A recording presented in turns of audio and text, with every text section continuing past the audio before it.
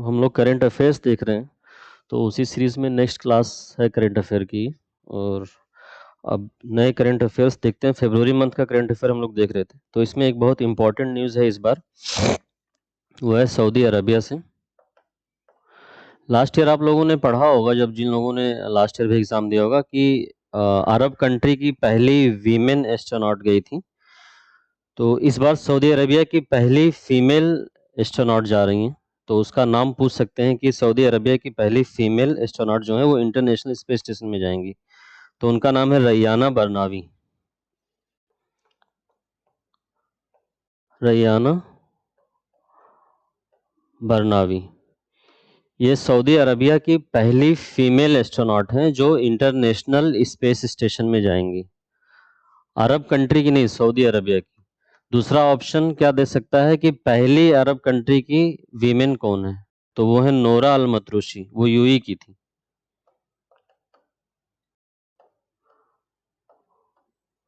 तो ये international space station में पहले गई थी, सबसे पहले। अरब की जो है उनकी मैं बात कर रहा हूँ, बाकी तो वैसे लोग जा चुके हैं। और इस साल सऊदी अरबिया की हैं रैयाना बरनावी, तो ये आपको याद रखना पड़ेगा, इसको याद रख लीजिएगा नाम। और इनके साथ जो मेल जा रहे हैं उनका नाम है अली अल कारनी। जो मेल जा रहे हैं, कभी कभी टफ करने के लिए पूछ लेता है कि जो इनके साथ दूसरे जो हैं वो कौन जाएंगे, तो अली अल अरकानी है। तो ये नाम आपको याद रखना पड़ेगा। फिर नेक्स्ट जो करंट अफेयर है इंपॉर्टेंट, वो मैंने आपको पहले भी शायद बताया है, एक बार मैं और रिपीट कर देता हूँ। मैंने न्यू स्टार्ट ट्रीटी बताया था।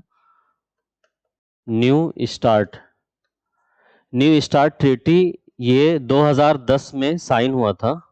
किसके किसके बीच में? रशिया के बीच में और यूएसए के बीच में। फिर 2021 में इसको फिर से एक्सटेंड किया गया 5 साल के लिए। बट रिसेंटली अभी यूक्रेन वार की वजह से रशिया ने इसको सस्पेंड कर दिया है।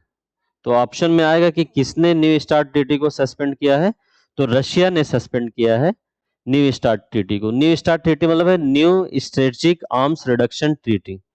ये मैं पहले ही बता चुका हूं, एक बार मैं रिपीट कर दी हूं, जिसको छूटा हो वो नोट कर ले। ठीक। नेक्स्ट एक हमारा जो करंट अफेयर है वो नीति आयोग से रिलेटेड है। तो पहले हम लोग नीति आयोग के बारे में कुछ स्टैटिक चीजें जान लेते हैं। नीति आयोग जो है वो कब बना था?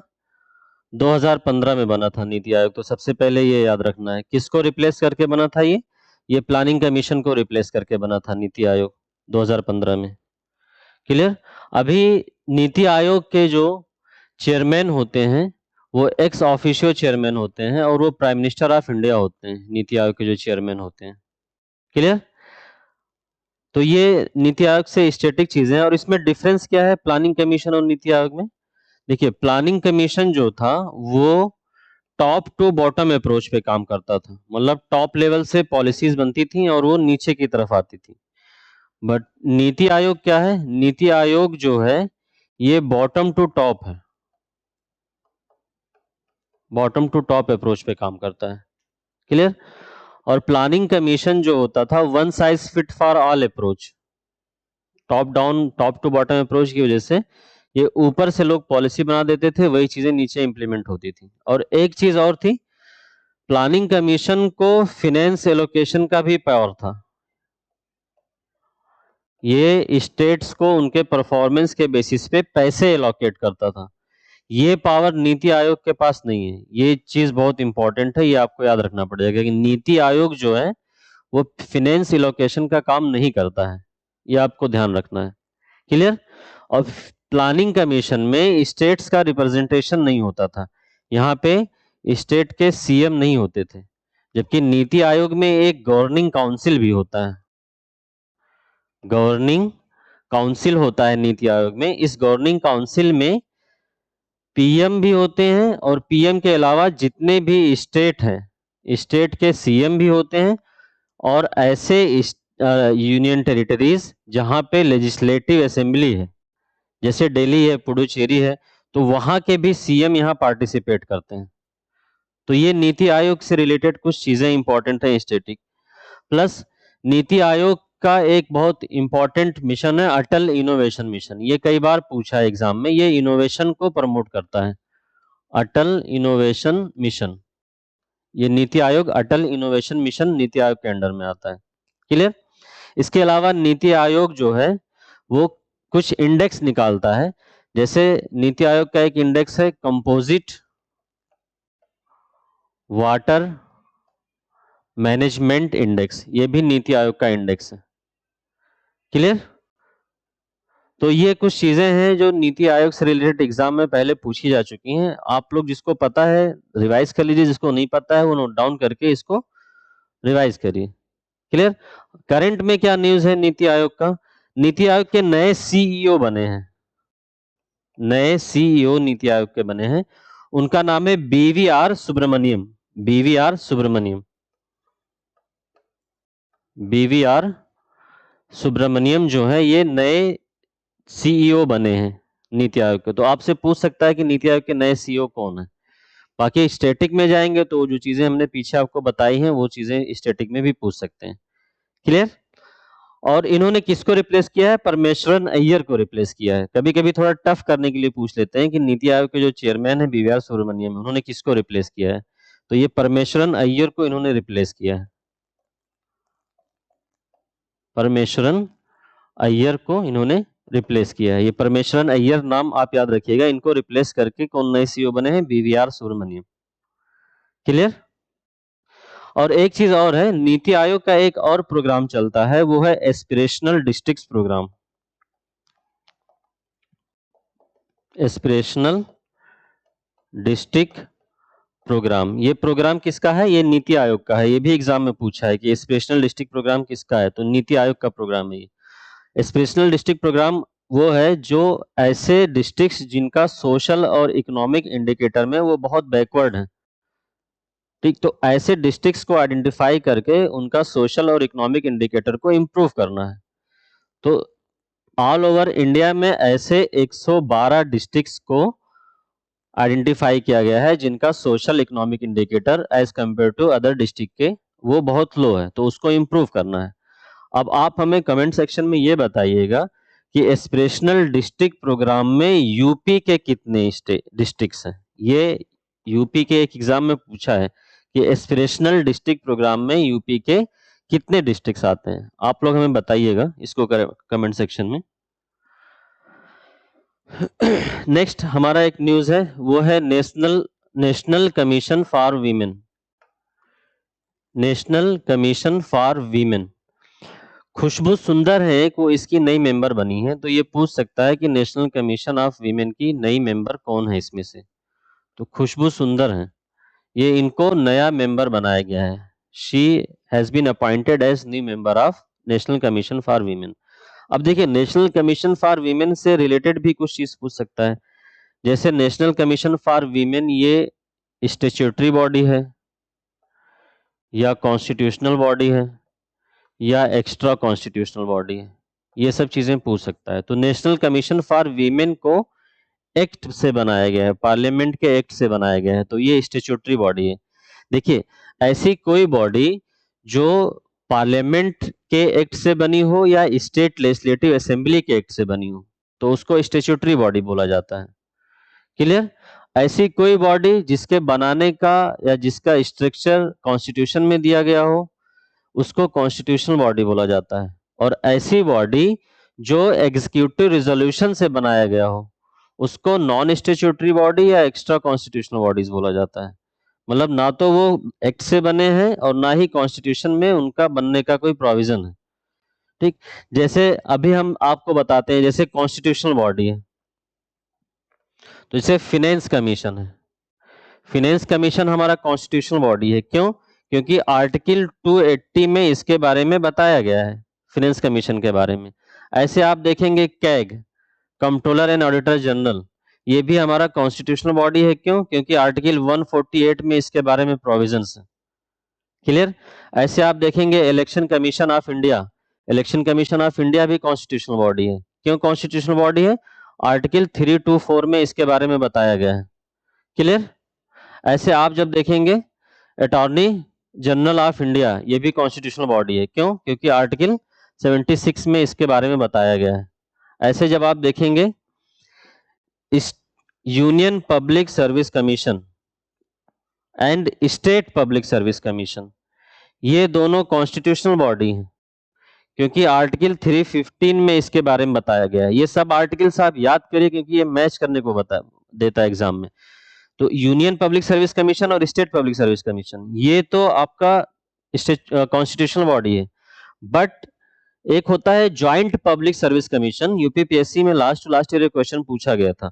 ज्वाइंट पब्लिक सर्विस कमीशन ये स्टेट्यूटरी बॉडी है, ये कॉन्स्टिट्यूशनल बॉडी नहीं है। ज्वाइंट पब्लिक सर्विस कमीशन को जब दो या दो से ज्यादा स्टेट रिक्वेस्ट करते हैं तो पार्लियामेंट से बनता है, वो पार्लियामेंट से एक्ट पास होता है तब बनता है। तो इसलिए ज्वाइंट पब्लिक सर्विस कमीशन कैसे बनता है? When two or more than two state request, then joint public service commission is formed by passing an act from the parliament. Clear? तो ये स्टैट्यूटरी बॉडी है, ये ध्यान दीजिएगा। आई होप कि आपको क्लियर हो रहा है कि स्टैट्यूटरी बॉडी क्या है और कॉन्स्टिट्यूशनल बॉडी क्या है, एक्स्ट्रा कॉन्स्टिट्यूशनल बॉडी क्या है। जैसे स्टैट्यूटरी बॉडी में आप जब देखेंगे तो हमारा जो है सीआईसी ये स्टैट्यूटरी बॉडी है, central information commissioner. CVC central vigilance commission ये स्टैट्यूटरी बॉडी है, क्योंकि इन सब बॉडीज को बनाने के लिए पार्लियामेंट से एक्ट पास करके बनाया गया। जैसे सीआईसी है, सेंट्रल इंफॉर्मेशन कमीशन, इसके लिए right to information act pass किया गया है 2005 में। तो 2005 में सीआईसी बना है। कभी कभी एग्जाम में भी पूछता है कि सीआईसी कब बना है, तो 2005 में बना है। कैसे बना है? राइट टू इंफॉर्मेशन एक्ट से, पार्लियामेंट ने एक्ट पास किया है तब ये बना है। तो ये स्टैट्यूटरी बॉडी है। ठीक, ऐसे एक्स्ट्रा कॉन्स्टिट्यूशनल बॉडीज होती हैं, वो बॉडीज जो ना तो किसी एक्ट से बनी है ना कॉन्स्टिट्यूशन में उनका प्रोविजन है। जैसे फॉर एग्जांपल सीबीआई है, सेंट्रल ब्यूरो ऑफ इन्वेस्टिगेशन, ये ना तो स्टैट्यूटरी बॉडी है ना कॉन्स्टिट्यूशनल बॉडी है, क्योंकि सीबीआई को बनाया गया है एग्जीक्यूटिव रेजोल्यूशन से। ऐसे हमारा नीति आयोग है, अभी मैंने नीति आयोग के बारे में बताया, तो नीति आयोग भी हमारा क्या है? ये ना तो स्टैट्यूटरी बॉडी है ना कॉन्स्टिट्यूशनल बॉडी है, ये एक्स्ट्रा कॉन्स्टिट्यूशनल और नॉन स्टैट्यूटरी बॉडी है। अब लोग कंफ्यूज रहते हैं कि सीबीआई के लिए तो Delhi special police establishment act है। नहीं, Delhi special police establishment act से सीबीआई अपनी पावर ड्राइव करती है कि क्या क्या पावर, क्या क्या फंक्शन सीबीआई के पास है, वो Delhi special police establishment act से है। बट सीबीआई को बनाया गया है एग्जीक्यूटिव रेजोल्यूशन से।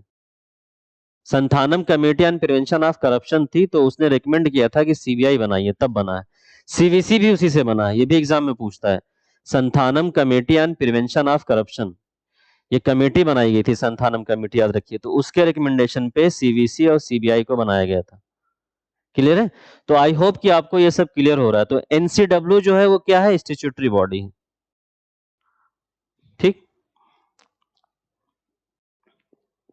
नेक्स्ट बांग्लादेश हमारा जो पड़ोसी देश है, ठीक है, वहां पे बांग्लादेश के नए प्रेसिडेंट बने हैं, उनका नाम है शहाबुद्दीन चुप्पू।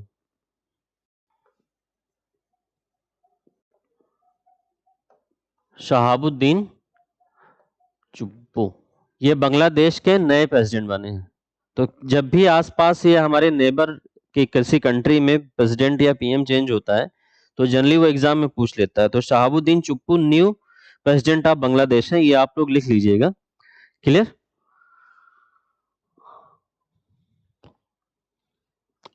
और मुझे आप लोग ये बताइएगा कमेंट सेक्शन में कि बांग्लादेश में कौन से इंस्टीट्यूशन का हेडक्वार्टर है, या बांग्लादेश में कौन सा इंस्टीट्यूशन बना है, जिसको पता होगा। नेक्स्ट आ जाइए, जो बहुत इंपॉर्टेंट है, बाफ्टा।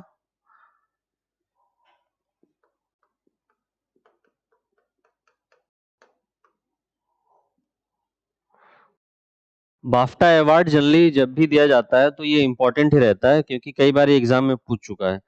तो मेनली तीन चीज पूछते हैं जब भी देखिए आप मूवीज से रिलेटेड कोई अवार्ड देखा करिए, तो तीन चीज उसमें देखा करिए। एक तो बेस्ट फिल्म कौन सी है वो देखा करिए, उसके अलावा बेस्ट एक्टर कौन सा है वो देखा करिए, और बेस्ट एक्ट्रेस कौन सा है, बेस्ट एक्ट्रेस कौन सी है ये देखा करिए। तीन चीजें, जैसे मैंने ऑस्कर का आप लोगों को कल बताया था, ठीक वैसे बाफ्टा का भी आपको देखना है। बाफ्टा में जो बेस्ट फिल्म है वो है all quit on the western front, all quite on the on the western front, ये बेस्ट फिल्म है। बाफ्टा में जो बेस्ट फिल्म का अवार्ड मिला है वो all quite on the western front. और बेस्ट एक्टर जो है एडवर्ड बर्जर, एडवर्ड बर्जर को बेस्ट एक्टर का अवार्ड मिला है। क्लियर। और बेस्ट एक्ट्रेस है केट ब्लैंकेट, केट ब्लैंकेट को बेस्ट एक्ट्रेस का अवार्ड मिला है। तो ये तीन चीजें याद रखनी है। बेस्ट फिल्म कौन सा है? All quite on the western front, BAFTA में बेस्ट मूवी का अवार्ड मिला है इसको। बेस्ट एक्टर कौन है? Edward Berger. और बेस्ट एक्ट्रेस है केट ब्लैंकेट। क्लियर। ये आपको याद रखना है। ऐसे इंडिया की तरफ से मिलता है दादा साहेब फाल्के अवार्ड, दादा साहेब फाल्के अवार्ड। तो इसमें भी आपको देखना है बेस्ट फिल्म कौन सी है? The Kashmir files, best film the Kashmir files. और हो सकता है आपको इसका डायरेक्टर भी पूछ ले कि बेस्ट फिल्म का अवार्ड मिला है द कश्मीर फाइल्स को, इसके डायरेक्टर कौन से हैं? तो इसके डायरेक्टर हैं विवेक अग्निहोत्री, विवेक अग्निहोत्री इसके डायरेक्टर हैं। क्लियर। अब इसमें बेस्ट एक्टर वो है रणबीर कपूर, बेस्ट एक्टर रणबीर कपूर। और बेस्ट एक्ट्रेस हैं आलिया भट्ट। ये तीन चीजें आपको याद रखना। हो सकता है कभी कभी मूवीज पूछ लेता है कि रणबीर कपूर को बेस्ट एक्टर मिला है दादा साहेब फाल्के, तो कौन सी मूवी के लिए मिला है? तो इनको ब्रह्मास्त्र के लिए मिला है, ब्रह्मास्त्र इनकी मूवी आई थी। और आलिया भट्ट को गंगूबाई मूवी के लिए मिला है, गंगूबाई इनकी एक मूवी आई थी उसके लिए इनको बेस्ट एक्ट्रेस का अवार्ड मिला है। तो ये तीन चीजें आपको याद रखनी है इसमें।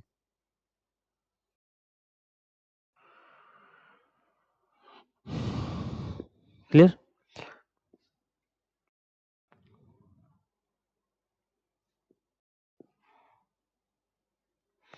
और एक चीज हम हमारे जो फॉर्मर पीएम है डॉक्टर मनमोहन सिंह, उनसे रिलेटेड है।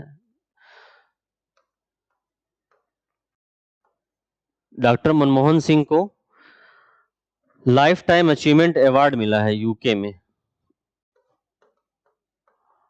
Life time achievement award in UK. तो पूछेगा आपसे एग्जाम में कि यूनाइटेड किंगडम ने कौन से इनमें से किसको लाइफ टाइम अचीवमेंट अवार्ड दिया है, या कौन से देश के फार्मर पीएम को दिया है, या हो सकता है डायरेक्टली नाम ही पूछ ले आपसे।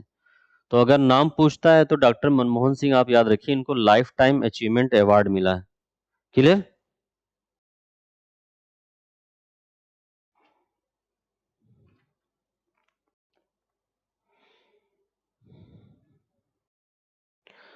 नेक्स्ट आइए कुछ मिलिट्री एक्सरसाइज जो फरवरी में हुई हैं वो भी हम लोग देख लेते हैं। एक है धर्म गार्जन,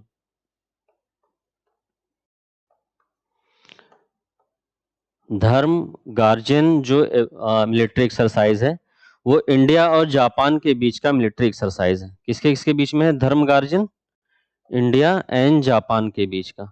ये सब चीजें आपको याद रखनी पड़ेंगी। मिलिट्री एक्सरसाइज हुए, ऑपरेशंस जो परफॉर्म होते हैं, या कहीं पे साइक्लोन आता है, तो ये सब चीजें जो आती हैं वो एग्जाम में जरूर पूछता है। तो धर्म गार्जन जो है इंडिया और जापान के बीच का मिलिट्री एक्सरसाइज है, ये आपको याद रखना है। क्लियर।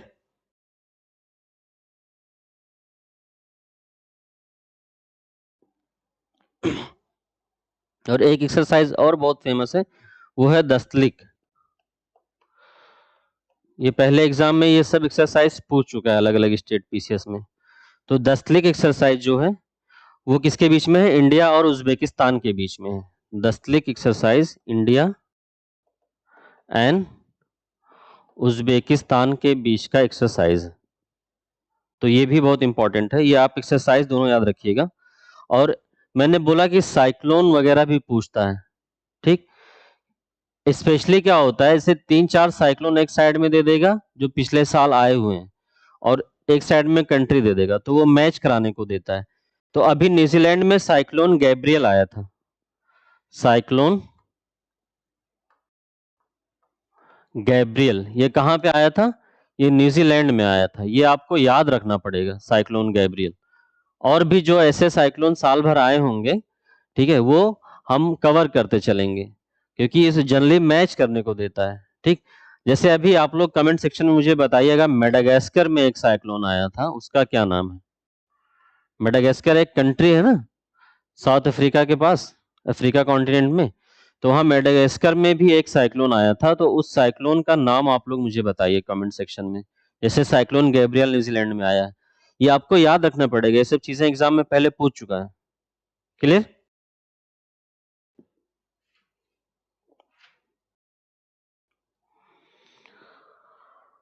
ये भी वही आया था। जैसे साइक्लोन इसलिए इंपॉर्टेंट है कि जब भी साइक्लोन आता है तो एक क्वेश्चन जरूर रहता है, या तो एक डायरेक्ट पूछ लेगा या तो फिर चार दे देगा मैच करने को। तो आप लोग मुझे मेडागास्कर का बताइएगा कहाँ पे आया है। क्लियर? फिर एक सेकेंड इंडियन राइस कांग्रेस हुआ है, सेकेंड इंडियन राइस कांग्रेस। अभी आपसे पूछेगा इंडियन राइस कांग्रेस रिसेंटली हुआ है, वो कहाँ पे हुआ है? ठीक है, तो ये कटक उड़ीसा में हुआ है, कटक उड़ीसा। और ये सेकेंड है। उड़ीसा में एक इंस्टीट्यूट है, national rice research institute, national, ये इंस्टीट्यूट वगैरह भी आपको याद रखना पड़ेगा, नेशनल राइस रिसर्च इंस्टीट्यूट। आप देखेंगे जब अगर आप प्रीवियस ईयर्स क्वेश्चन लगा रहे हैं यूपीपीसीएस का या बिहार का या उत्तराखंड का, एमपी का, तो वहां पे ऐसे इंस्टीट्यूट भी पूछता है। तो जो इंस्टीट्यूट न्यूज में रहते हैं, जहाँ पे कोई कांग्रेस हुआ है, कोई समिट हुआ है, तो वो चीजें एग्जाम में जरूर पूछता है। तो आप लोग ये प्रीवियस ईयर्स पेपर्स उठा के देखिए यूपीपीसीएस का, और जितने भी इंस्टीट्यूट पूछे हैं सब लिख के आप लोग रट लीजिए, वहां से एक क्वेश्चन डेफिनेटली आना है। क्लियर? तो नेशनल राइस रिसर्च इंस्टीट्यूट कहाँ पे है? कटक उड़ीसा में है। और एक चीज और बहुत इंपॉर्टेंट हुआ था फरवरी में, विश्व हिंदी सम्मेलन, वर्ल्ड हिंदी कॉन्फ्रेंस। ये मैं हिंदी में ही लिख देता हूं, विश्व हिंदी सम्मेलन या वर्ल्ड हिंदी कॉन्फ्रेंस। क्लियर? ये फिजी में एक जगह है, नादी। नादी कहाँ पे है? फिजी में है, यहां पे हुआ था, इस जगह में। ये जगह नादी आप याद रखिए, विश्व हिंदी सम्मेलन फिजी में हुआ था, नादी में। क्लियर? इसका थीम आप लोग लिख लीजिए, क्योंकि थीम बहुत इंपॉर्टेंट है। इसका थीम था Hindi traditional knowledge to artificial intelligence. Theme था हिंदी ट्रेडिशनल नॉलेज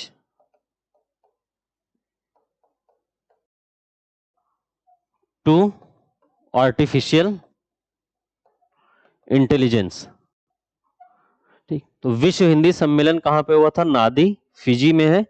ठीक, इसका थीम क्या था? Hindu traditional knowledge to artificial intelligence. Clear? ये बहुत इंपॉर्टेंट है। ठीक, इसका मुझे बहुत चांस लग रहा है कि एग्जाम में पूछ लेगा, तो ये आप लोग नोट डाउन कर लीजिएगा। और साथ में मुझे कोई ये बताएगा कमेंट सेक्शन में कि फिजी का कैपिटल क्या है। देखिए, मैं क्वेश्चंस इसलिए पूछता रहता हूं ताकि आप लोग जाके पलटिए, वो चीजें देखिए। ठीक, आप लोगों ने बहुत कुछ पढ़ रखा होगा, तो ये रिवीजन पर्पज से है। ठीक, तो आपने अगर पहले से पढ़ रखा है तब भी जाके देखिए, अगर याद आ रहा है तो तुरंत बताइए, नहीं याद आ रहा है तो देख लीजिए कि क्या है। क्लियर? और एक चीज और बहुत इंपॉर्टेंट हुई थी, world government summit, world government summit, ये भी पूछ सकता है एग्जाम में, ये वहां पे हुआ था। ठीक, वर्ल्ड गवर्नमेंट समिट जो है ये दुबई में हुआ है, यूएई में, दुबई, यूएई। तो ये भी बहुत इंपॉर्टेंट न्यूज है, वर्ल्ड गवर्नमेंट समिट कहां पे हुआ है? दुबई में हुआ है, यूएई में। ये अभी आप लोग नोट डाउन कर लीजिएगा, इसका भी थीम लिख लीजिए, shaping future government, shaping future government. ये आप लोग लिख लीजिए। वर्ल्ड गवर्नमेंट समिट हुआ है दुबई यूएई में, इसका थीम है शेपिंग फ्यूचर गवर्नमेंट। क्लियर?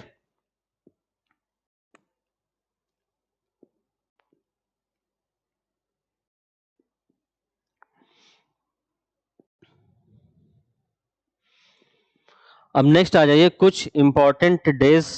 मैंने आप लोगों को बताया था कि डेज आपको याद रखना पड़ेगा, एक क्वेश्चन आता है और थीम भी पूछता है।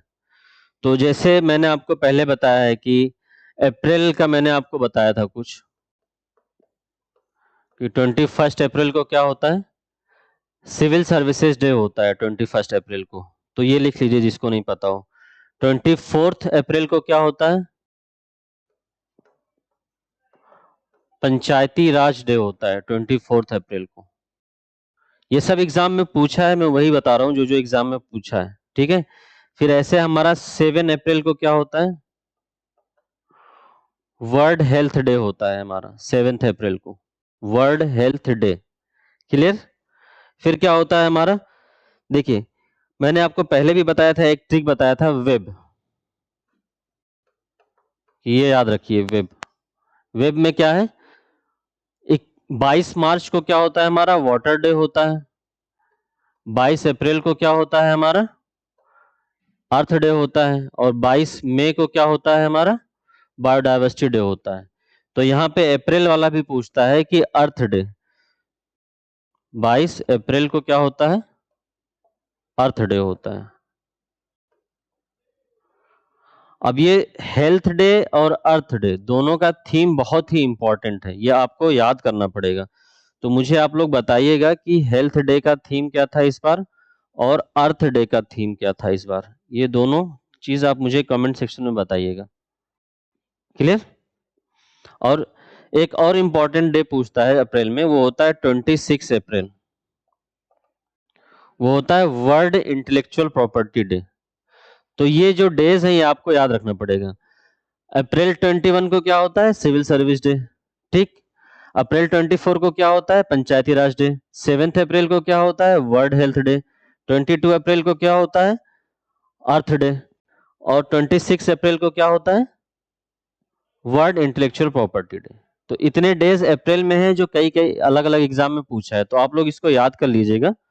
और जिसका थीम मैंने बताया है वो थीम भी देख लीजिएगा, वो बहुत इंपॉर्टेंट थीम है, ठीक। एक और न्यूज बहुत इंपॉर्टेंट थी, ठीक। वो जम्मू कश्मीर से न्यूज है, लेकिन वो नेशनल लेवल की न्यूज है। जम्मू कश्मीर में एक डिस्ट्रिक्ट है रियासी। ये पक्का ये क्वेश्चन आ रहा है, बहुत ज्यादा इंपॉर्टेंट क्वेश्चन है, क्योंकि इसका सिग्निफिकेंस बहुत ज्यादा है। रियासी डिस्ट्रिक्ट है जम्मू एंड कश्मीर में, वहां पे लिथियम के रिजर्व मिले हैं। तो ये क्वेश्चन पूछ सकता है कि लिथियम का रिजर्व इनमें से कहां पे मिला है। तो रियासी डिस्ट्रिक्ट है जम्मू कश्मीर में, वहां पे लिथियम का रिजर्व मिला है। थोड़ा टफ करना होगा तो पूछ सकता है कितना है, तो 5.9 मिलियन टन का लिथियम रिजर्व मिला है। 5.9 मिलियन टन का लिथियम रिजर्व मिला है जम्मू कश्मीर के रियासी डिस्ट्रिक्ट में, ठीक। अब आपको लिथियम के बारे में भी थोड़ा बहुत याद रखना पड़ेगा। जैसे लिथियम जो है हमारे यहाँ बैटरी बनाने में यूज होता है। ये भी पूछ सकता है कि लिथियम का यूज क्या है, तो लिथियम का यूज क्या है, बैटरी बनाने में यूज होता है। और ये पूछेगा लिथियम फेरस है या नॉन फेरस है, ठीक है। तो लिथियम जो है वो नॉन फेरस है।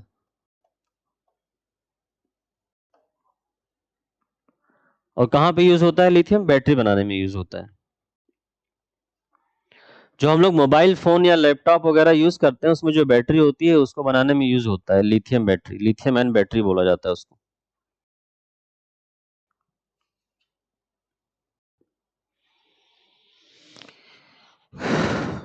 ठीक है।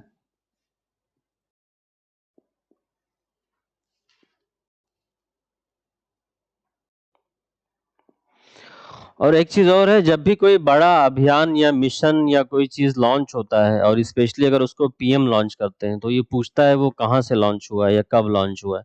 तो जैसे जल जन अभियान, ये बहुत ही इंपॉर्टेंट है। जल जन अभियान ये प्राइम मिनिस्टर मोदी जी ने लॉन्च किया है।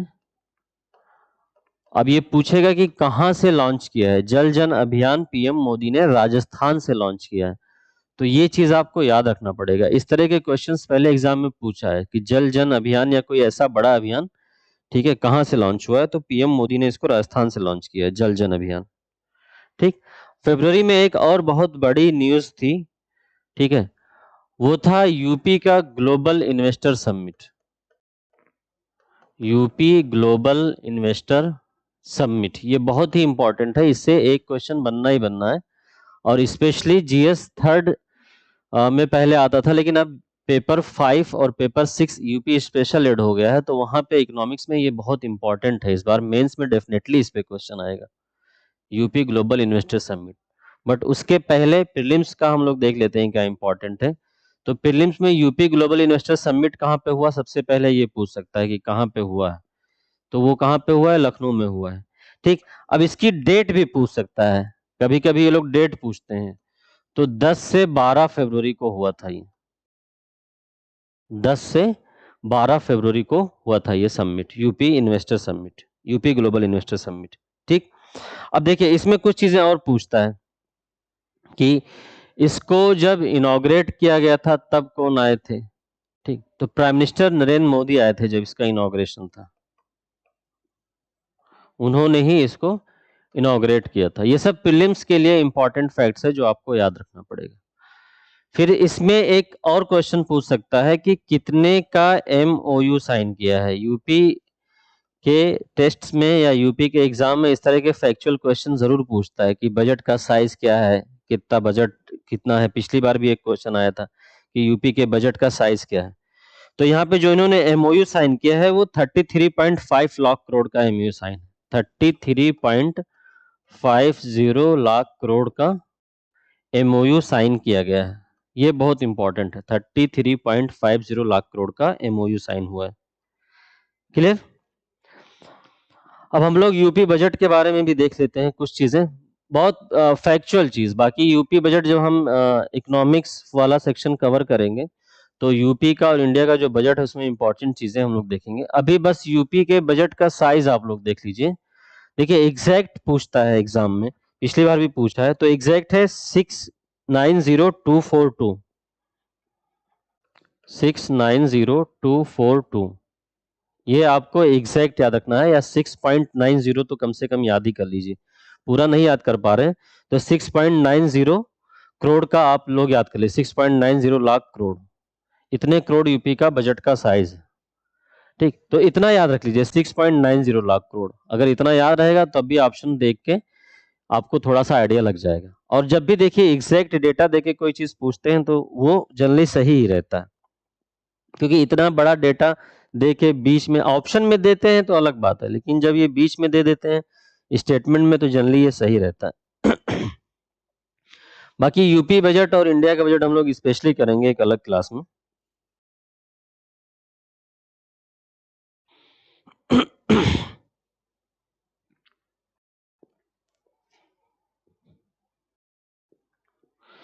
ठीक। बाकी कभी कभी रणजी ट्रॉफी से भी क्वेश्चन पूछ लेता है, अगर हम लोग स्पोर्ट्स में आए कि रणजी ट्रॉफी किसने जीता है या किसको हरा के जीता है। तो रणजी ट्रॉफी इस बार सौराष्ट्र ने जीता है। और सौराष्ट्र ने किसको हराया था, सौराष्ट्र डिफीटेड बंगाल, बंगाल को हरा के इन्होंने रणजी ट्रॉफी जीता था सौराष्ट्र ने। तो ये भी इंपॉर्टेंट न्यूज है। और एक ICC women's T20 world cup हुआ था, ये बहुत ही इंपॉर्टेंट है। ICC women's T20 world cup, ये बहुत ही इंपॉर्टेंट है, इसको आप लोग नोट डाउन कर लीजिए। ICC women's T20 world cup जो है ये इस बार ऑस्ट्रेलिया ने जीता है साउथ अफ्रीका को हरा के। तो आपको दोनों याद रखना है, आप ये नहीं कि सिर्फ ये याद रख लीजिए कि ऑस्ट्रेलिया ने जीता है। कभी कभी ये पूछते हैं कि किसको हरा के जीता है, बता देते हैं आपको कि ऑस्ट्रेलिया ने जीता है। तो ऑस्ट्रेलिया ने किसको हराया था, ऑस्ट्रेलिया डिफीटेड साउथ अफ्रीका। और कभी कभी ये पूछते हैं कि हुआ कहाँ था, तो ये हुआ भी था साउथ अफ्रीका में, साउथ अफ्रीका में हुआ है। और फाइनल में साउथ अफ्रीका को ऑस्ट्रेलिया ने हराया ICC T20 women's world cup में। क्लियर। तो ये इतनी चीजें हैं जो फरवरी के लिए भी इंपॉर्टेंट है, बाकी आप लोग देखते रहिएगा। कुछ बच्चे मुझसे प्रीवियस ईयर क्वेश्चन डिस्कस करने को बोल रहे थे, मैसेज भी आया था कुछ लोगों का, तो मैं प्रीवियस ईयर क्वेश्चन भी डिस्कस करवा दूंगा। बाकी आप लोग ये सब पढ़ते रहिए, जो क्वेश्चन मैंने पूछा है वो कमेंट सेक्शन में मुझे ज़रूर बताइएगा और तैयारी करते रहिए। अभी बहुत टाइम है निकालने के लिए इस एग्ज़ाम को।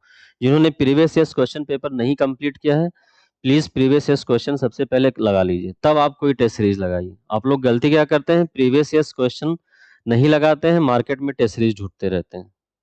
तो पहले आप प्रीवियस ईयर्स क्वेश्चन लगा लीजिए अच्छे से, उसके बाद जब आपके पास टाइम बचता है तब आप टेस्ट सीरीज़ लगाइए। और प्रीवियस ईयर्स क्वेश्चन जब आप लगाइए तो थोड़ा एनालिसिस करिए। अभी हम शायद कल से या परसों से, कल तो संडे है तो हम परसों से थोड़ा इकोनॉमिक्स के प्रीवियस ईयर्स क्वेश्चन, क्योंकि लोग जल्दी टफ मानते हैं इकोनॉमिक्स को, तो इकोनॉमिक्स और ज्योग्राफी का मेरा कोशिश ये रहेगा कि इसको मैं कवर करवा दूं previous years question. Section wise चलेंगे, पहले इकोनॉमिक्स कर लेंगे, फिर ज्योग्राफी कर लेंगे, ठीक है, फिर एनवायरनमेंट कर लेंगे, इस हिसाब से जैसा आप लोग बताएंगे, ठीक। बाकी और भी अगर आप लोगों को कुछ लगता है कि यूपी से रिलेटेड या किसी भी स्टेट से रिलेटेड आपको कुछ जानना है तो आप मुझसे पूछ सकते हैं। बाकी हम लोग मिलते हैं, परसों मिलते हैं, कल शायद क्लास ऑफ रहेगी आप लोगों की, ठीक है।